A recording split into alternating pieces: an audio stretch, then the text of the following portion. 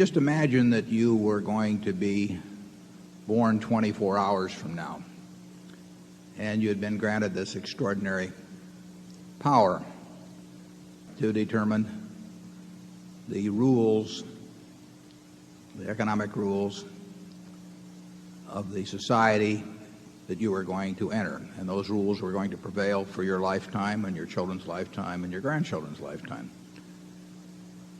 Now, you've got this ability in this 24-hour period to make this decision as to the structure. But there's, as in most of these genie-type questions, there's one hooker. You don't know whether you're going to be born black or white.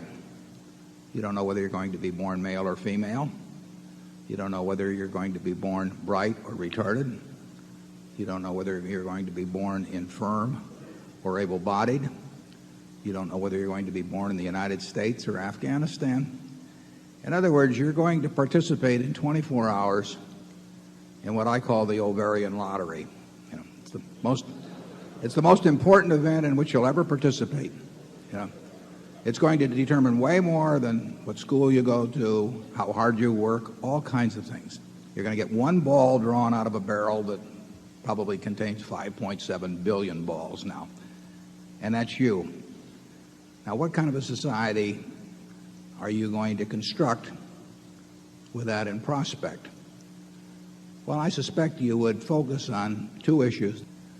You would try to figure out a system that is going to produce an abundant amount of goods, and where that abundance is going to increase at a rapid rate during your lifetime and your children and your grandchildren, so they can live better than you do in aggregate, and the grandchildren can live better. So you'd want some system that turned out what people wanted and needed, and you'd want something that turned them out in increasing quantities for as far as the eye could see. But you would also want a system that while it did that, treated the people that did not win the ovarian lottery in a way that you would want to be treated if you were in their position, because a lot of people don't win the lottery. Now, when you get through with that, you still want to have a system where the people that are born like Bill Gates or Andy Grove or something get to turn those talents to work in a way that really maximizes those talents. I mean, it would be a crime to have Bill or Andy or people like that, or Tom Murphy, working in some pedestrian occupation just because you had this great egalitarian instinct.